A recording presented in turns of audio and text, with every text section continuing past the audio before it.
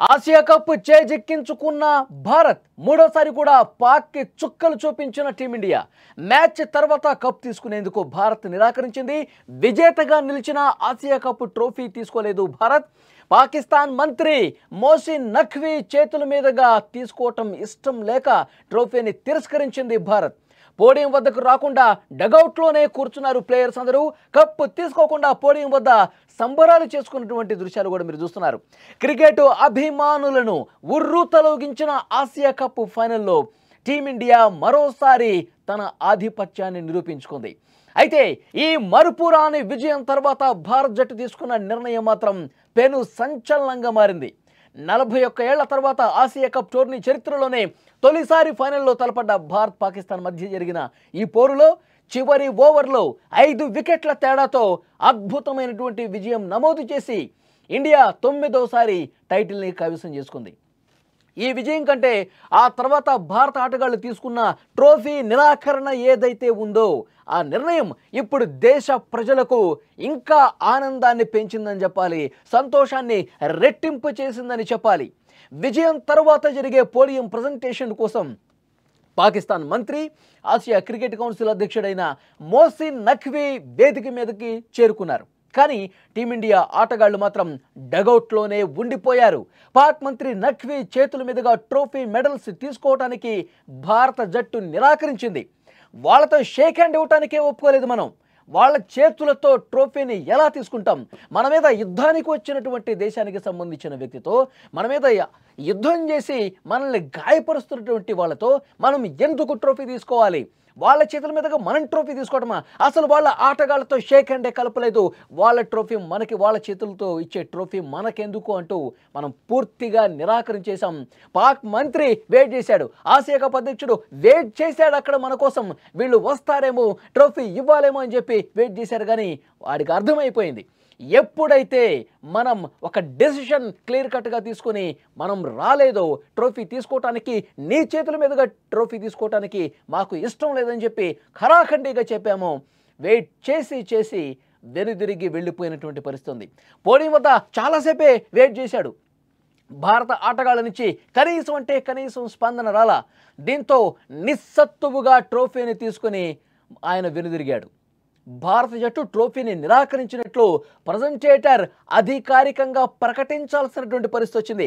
అలా ప్రకటన వచ్చిందో లేదో క్రికెట్ చరిత్రలోనే ఇలా జరగటం ఒక ఫస్ట్ టైం డెసిషన్గా చెప్తా ఉన్నారు. ఎప్పుడైతే ప్రజెంటేటర్ ఈ విషయాన్ని చెప్పాడో, భారత్ ఈ ట్రోఫీని తీసుకోవటానికి ఇప్పుడు నిరాకరించిందని ఒక డెసిషన్ వచ్చిందో, యావత్ భారతావని మొత్తం కూడా అప్పుడు నిజమైనటువంటి ఆనందంతో, అప్పుడు నిజమైనటువంటి విజయోత్సాహంతో సంబరాలు చేసుకున్న పరిస్థితి. కరెక్ట్ డెసిషన్ తీసుకున్నారు. వాళ్ళ చేతుల మీదుగా మనం ట్రోఫీ తీసుకోకపోవటమే సరైనటువంటి నిర్ణయం అంటూ అప్పుడు బాణాసంచా కాల్చారు. అప్పుడు విజయ సంబరాలు చేసుకున్నారు.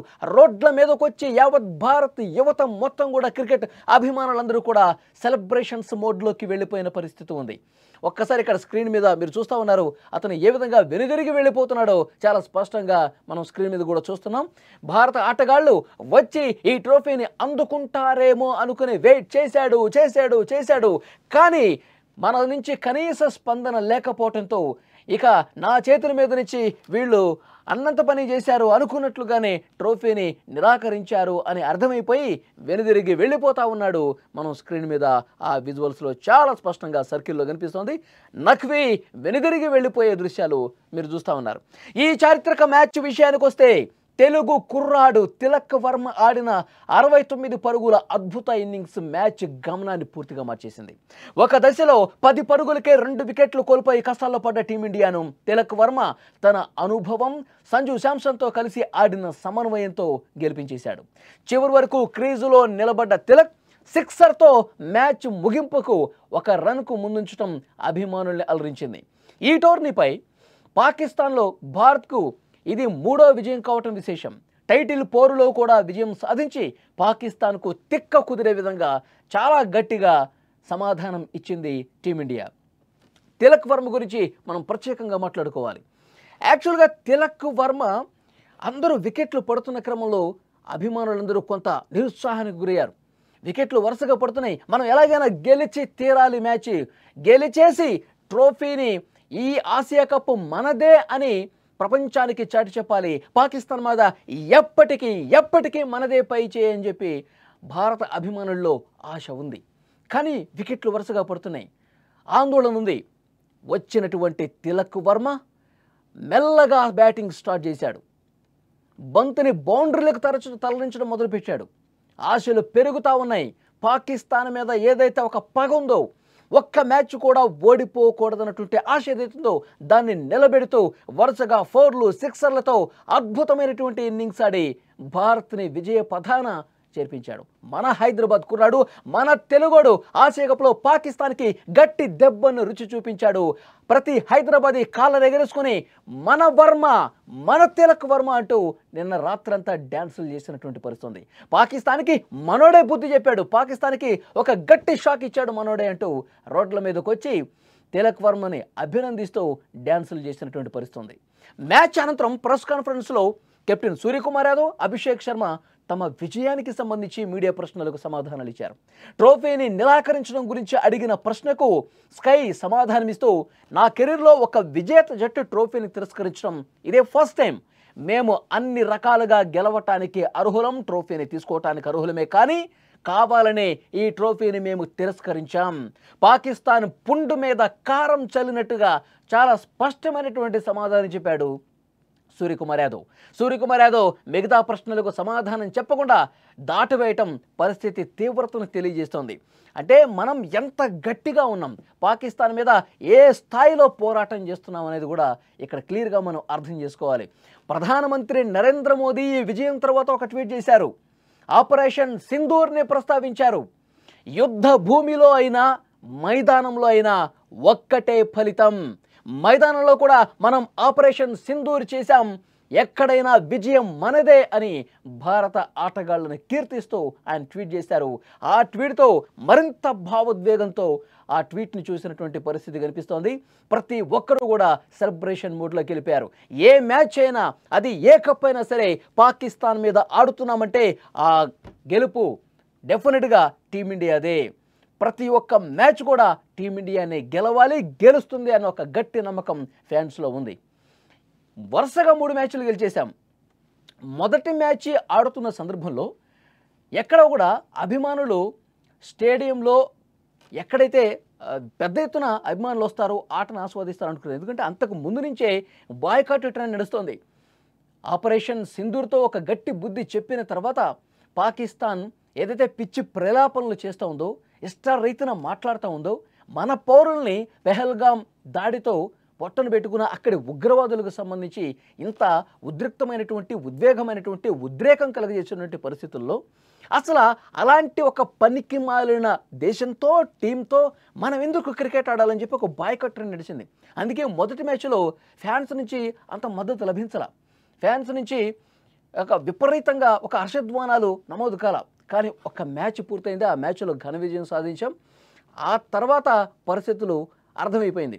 మొదటి మ్యాచ్లోనే మనం షేక్ హ్యాండ్ ఇవ్వలేదు. ఆ షేక్ హ్యాండ్ నిరాకరించడంతో మన మీద కంప్లైంట్ చేయటాలు, సూర్యకుమార్ మాట్లాడిన దాన్ని మళ్ళీ ఐసీసీకి కంప్లైంట్ చేయటాలు, పరిస్థితి తీవ్ర స్థాయికి చేరుకుంటుంది. రెండో మ్యాచ్లో వాళ్ళ ఆటగాళ్ళు, రౌఫ్ లాంటి వాళ్ళు ఏ విధంగా ప్రవర్తించారో మనం చూసాం. ఆపరేషన్ సింధూర్ను గుర్తు చేసే విధంగా ఏవో మన యుద్ధ విమానాలు కిందకి కూలిపోయినట్టుగా సంజ్ఞలు చేసి, సంకేతాలు చేసి మైదానంలో వెకిలి చేష్టలు చేశారు. మనం మ్యాచ్ అద్భుతంగా ఆడి దెబ్బకొట్టాం. మన దృష్టి అంతా మ్యాచ్ మీదే ఉంది, మన దేశం గెలవాలన్న దాని మీదే ఉంది. వాళ్ళు రెచ్చగొట్టే విధంగా మాట్లాడారు. ఎక్కడా కూడా మనం వెనక్కి తగ్గలేదు, అద్భుతంగా ఆడి విజయం సాధించాం. ఇక చచ్చి చెడి ఫైనల్కి వచ్చింది పాకిస్తాన్. బంగ్లాదేశ్ గెలిచి ఆ తర్వాత ఫైనల్కి వచ్చింది.